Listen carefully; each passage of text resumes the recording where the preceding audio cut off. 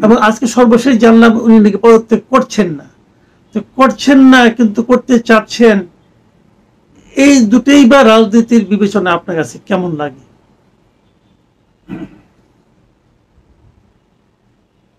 আপনাকে আমি কৃতজ্ঞতা জানাচ্ছি এই কারণে যে আপনি আপনার যে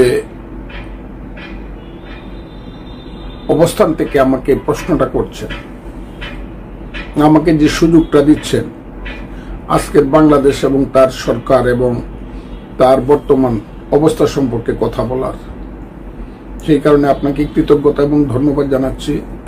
মানুষকে আমার সালাম জানাচ্ছি, আসসালামু আলাইকুম। দেখেন, আমার কাছে এখন যে ব্যাপারটা চলছে বাংলাদেশে বর্তমান, এটা আমার কাছে খুব কনস্পিরেটরিয়াল মনে হচ্ছে, খুব ষড়যন্ত্রমূলক ঘটনা প্রবাহ চলছে বলে আমার মনে হচ্ছে। এবং সেই ষড়যন্ত্রের উৎপত্তিটা হয়েছে বর্তমান সরকারের মাধ্যমে। তাদের যে অবস্থান, সেই অবস্থানটা হল তার একটা অন্তর্বর্তীকালীন সরকার। অন্তর্বর্তীকালীন সরকারের নির্দিষ্ট কিছু কাজ থাকে, কিন্তু তারা দেখা যাচ্ছে যে এত সব ব্যাপারে তাদের হস্তকে প্রসারিত করছে, তাদের ক্ষমতাকে বিকশিত করতে চাচ্ছে, যা একটা নির্বাচিত সরকার 5 বছরের জন্য আসলেও করতে পারে না।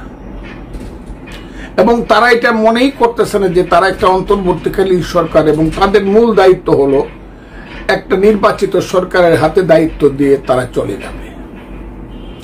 এবং খুবই প্রথম মনে হইতো যে না বুঝে করতেছে, তারপরে মনে হইতো যে তারা স্বার্থপরের মতো করতেছে, নির্লজ্জের মতো করতেছে।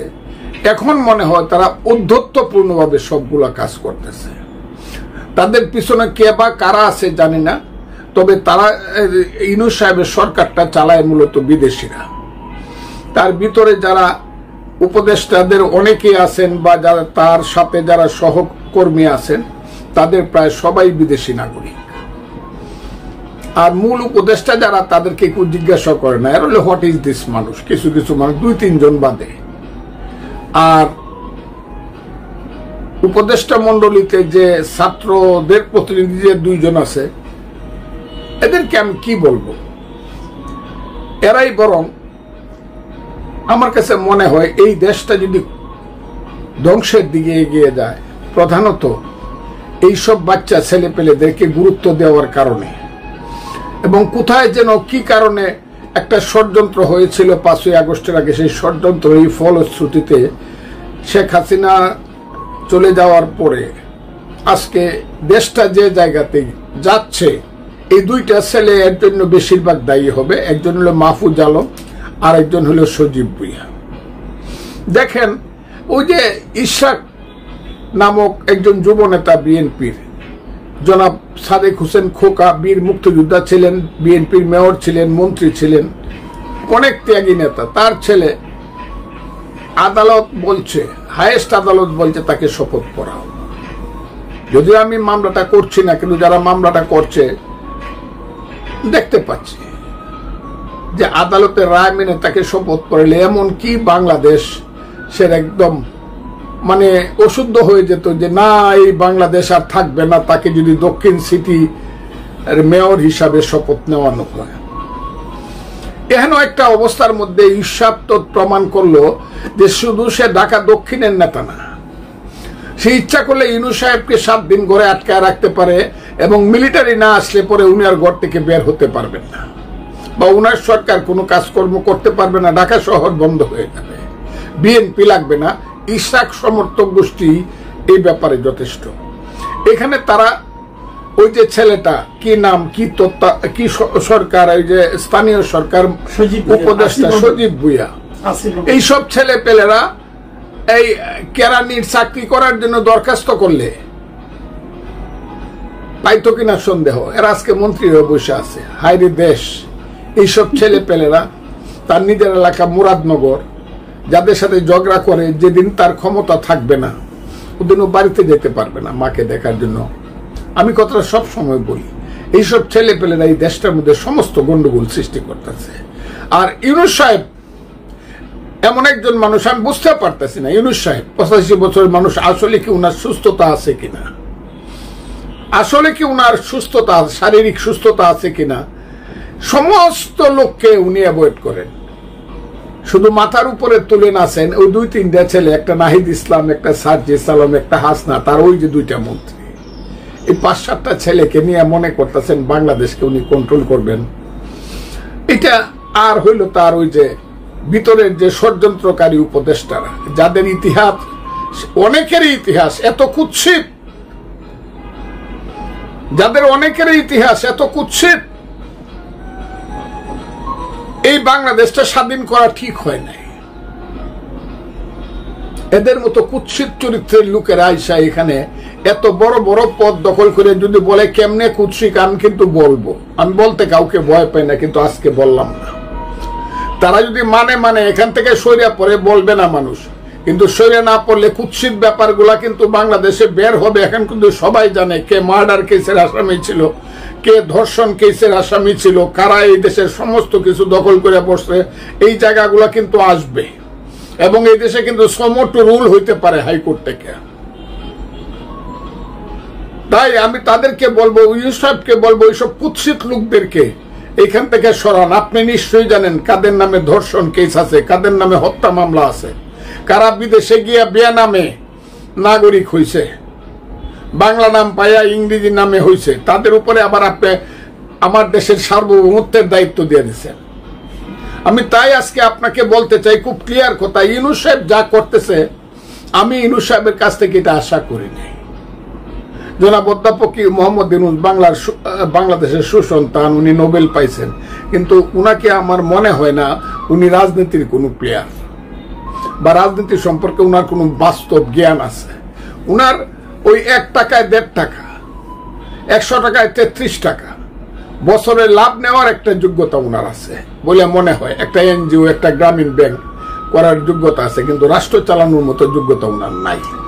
একটা কথা বলি, আপনি যে কথাটা বললেন শুরুতেই, যে এই সরকারের প্রধান দায়িত্ব ছিল যে একটা সুষ্ঠু নির্বাচনের মাধ্যমে জনগণের নির্বাচিত লোকজনের হাতে ক্ষমতা হস্তান্তর করা, এটাগুলো তারা সবচেয়ে ভালো করত।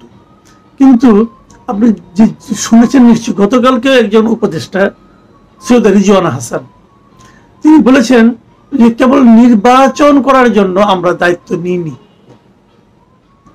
ওনাদের নাকি আরো দায়িত্ব আছে, বিচার সম্পন্ন করা, সংস্কার করা, এগুলো আরো অনেক দায়িত্ব আছে।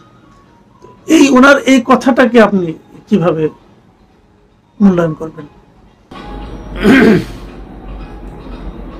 উনি একজন নারী, সম্মানিত ভদ্র মহিলা। উনি যদি পুরুষ হইতো আমি কিন্তু ওনার সম্পর্কে অনেক সত্য কথা বলতাম। আগেও আপনার কাছে বলছি, সেই সত্য কথাটা ওনার সঙ্গে খারাপ কিছু বলি না, কারণ ওনার জন্মটা হয়েছে একটা দালাল পরিবারে, একটা স্বাধীনতা বিরোধী পরিবারে। ওনার এই দেশ সম্পর্কে ওনার কোনো ধরনের মায়া মমতা নাই, কারণ ওনার আব্বা বা ওনার বাবা ওনারা জঘন্যতম রোল প্লে করছে মুক্তিযুদ্ধের সময় হবিগঞ্জে। কাজে এই দেশটা রইল কি রইল না, এইটা তাদের কাছে কোনো ব্যাপার না। উনি তো এটাকে নিয়ে মজা করতেছে, দেশটাকে নিয়ে। উনি যে ধরনের কথা বলে যে উনি এই কারণে, উনারে কে আনছে, উনারে কে আনছে? উনি এনজিও করা ছাড়া আর কিছু মানুষের পায়রবি করা ছাড়া ওনার জীবনে কি যোগ্যতা আছে? ওই পুরস্কার পাইছে, এইসব পুরস্কার এগুলা কিভাবে পায় এগুলা মানুষ জানে। ওই দেশি বিদেশি পুরস্কার পায় ফেলছে, কি করছে উনি দেশের জন্য? এবং আমি খুব ক্লিয়ারলি বলি, উনাকে কিন্তু এত ছোট মাপের মানুষ, ওনারা এত ছোট মাপের মানুষ। পলিটিক্সের কন্টেস্টে আমি বলছি, রাজনীতির কন্টেস্টে। ওনার বাড়ি হবিগঞ্জে, অনেকে 2% ভোট পাওয়া ওনার জন্য খুব কঠিন।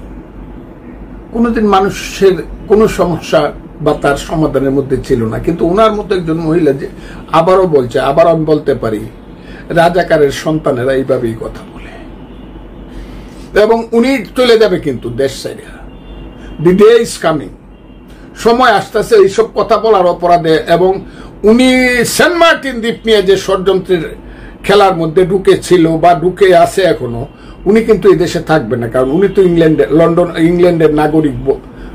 আমি পত্রিকাতে দেখলাম উনিও দ্বৈত নাগরিক, উনি চলে যাবে। কাজে উনারা কি কইল না কইল, তবে এইগুলা নিজেদের কাছে খুব অপমানিত বোধ করি আমরা। আমরা যারা এই দেশটা সৃষ্টি করছিলাম, এইসব ভদ্র মহিলারা যখন এইসব কথা বলে, তো ওই সুযোগের সুবাদে তখন নিজেকে খুব খুব ছোট মনে হয়। আচ্ছা, ধরা যাক উনি না বলুন, এটা কি ঠিক কিনা যে এই অন্তর্বর্তীকালীন সরকার এদের মূল দায়িত্বটা কেবল নির্বাচন নয়, তারা সংস্কার করবে এবং তারা বিচার করবে, এটা যদি কেউ বলে সেটাকে কি আপনি অস্বীকার করতে চান? আমি এক নম্বর কথা হলো, সংস্কারটা নামটা শুনতে প্রথম ভালো লাগতো। সংস্কার এবং সমন্বয়ক, এই দুইটা নাম ঘৃণিত হবে বাংলাদেশে আগামী দিনে। এই দুইটা শব্দ সাংঘাতিক ঘৃণিত শব্দ। আর সংস্কার তো মূলত কনস্টিটিউশন সংস্কার করাটাই মূল ব্যাপার, কিন্তু কনস্টিটিউশন সংস্কার যারা করবে তারা সব বিদেশি মানুষ। আমি চাই না আলী রিয়াজের মতো মার্কিন নাগরিকের মানে পরিচালনায় আমার দেশের সংবিধান হোক আর যাই হোক কোন সংশোধন হোক, আর এইসব কিছুই হবে না। এইসব হলো একটা বাহানা, যে বাহানার মাধ্যমে তারা তাদের ক্ষমতাটাকে দীর্ঘায়িত করতে চায়।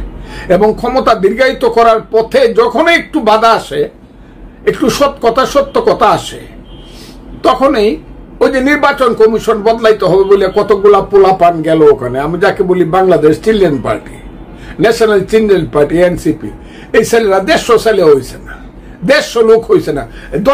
10টা রিক্সাওয়ালা ডাক দিলেও 500 লোক যাইব নির্বাচন কমিশনে। ওরা রিক্সাওয়ালার যে জনপ্রিয়তা আছে, এই জনপ্রিয়তা এদের নাই, কিন্তু তাদের কথায় চলে ইউনূস সাহেব। এবং একটা নাটক করছে কয়েকদিন আগে, হাসপাতালে কইছে তুই কিছু পোলাপান নিয়ে একটু মিছিল কর আমার বাড়ির সামনে, বট গাছের নিচে দাঁড়া, ঠান্ডা পানি খাওয়াইমু, ঠান্ডা পানি মাথায় ঢালমু গরমের দিনে।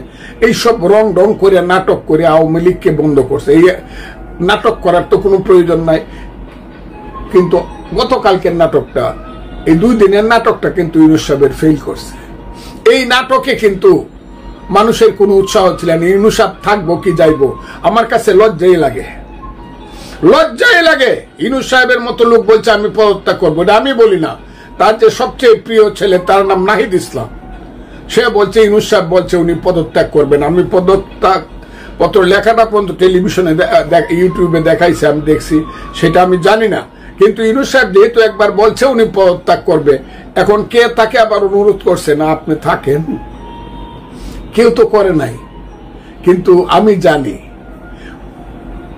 উনাকে যে পর্যন্ত মানুষ বিদায় না করবে, কোথায় ধরে বিদায় করবে আমি জানি না, কিন্তু যে পর্যন্ত মানুষ ওনাকে বিদায় না করবে উনি যাবেন না, উনারা যাবেন না। কারণ ওনাদের একটা মিশন আছে, সেই মিশন হইল দেশকে আন্তর্জাতিক ষড়যন্ত্রের কাছে, আন্তর্জাতিক কালো শক্তির কাছে এই দেশকে বন্ধক দিয়ে যাওয়া। এটা হলো ইউনূস সাহেবদের দায়িত্ব বলে আমি মনে করি।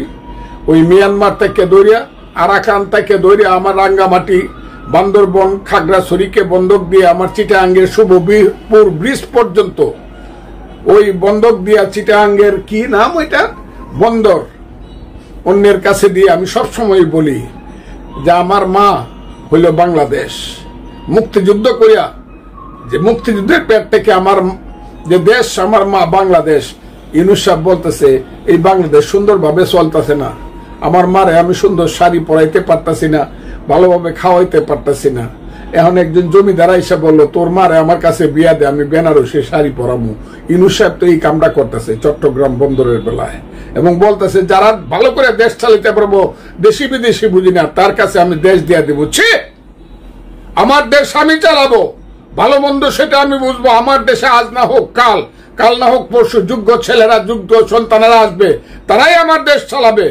ইউনূস সাহেব এইসব কথা বলিয়া আমার জাতির মুখে কিন্তু চুনখালি মাইখেন না।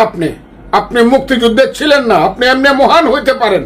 মুক্তিযুদ্ধ এবং বাংলাদেশ সম্পর্কে আপনার মায়া মমতা কতটুকু আছে আমি জানি না, তবে যারা বলে যে করিডোর দিয়ে দিবে, যারা বলে চট্টগ্রাম বন্দর অন্যদেরকে দিয়ে দিবে, তাদের দেশপ্রেম আছে বলে আমি মনে করি না। এবং আপনি যে বলতেছেন ইউনূস সাহেব থাকবে না চলে যাবে, ইউনূস সাহেব থাকবে। ইউনূস সাহেবের সাথে যারা আছে, জীবনে ভোট পাইলে ইউনিয়ন পরিষদের ভোট একটা মেম্বার হইতে পারবে না, তারা এখন মন্ত্রীর গদিতে বসে আছে, তারা কি যাইতে চায়? ইউনূস সাহেব এখন মনে হইতেছে তাদের সঙ্গে সুর মিলাইছে। এবং কোনোদিনই ওই যে কালকে অভিমান করে কইছিল, মনে করছিল হাজার হাজার লাখ লাখ কোটি কোটি মানুষ দৌড়ায় যমুনায় গিয়ে কইব স্যার আপনি যায়েন না, আপনি থাকেন না, হইলে আমরা বাঁচবো না। আরে বাংলাদেশ, আমি একটা দেশ সৃষ্টি করছি, আমরা ইউনূস সাহেবের মতো লোক থাকলো কি থাকলো না, এতে কি আসে যায়?